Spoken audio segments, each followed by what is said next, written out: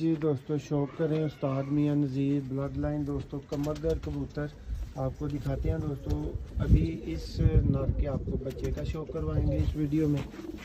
ये भाइयों की भरपूर डिमांड उस नर के लिए आई थी, तो ये उसका दोस्तों प्योर हालत का ब्रीडर बच्चा आप देख रहे हैं। आंखों में देखिए अभी से रिंग वगैरह बन रहे हैं। और कुंदा आपको उस्ताद मियां फैसल साहब दिखाएंगे।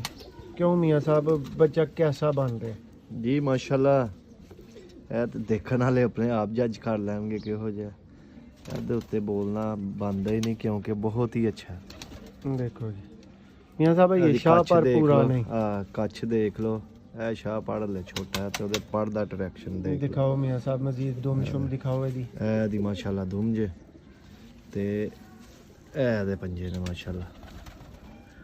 लो दोस्तों, बच्चा फ्रंट तो देखो।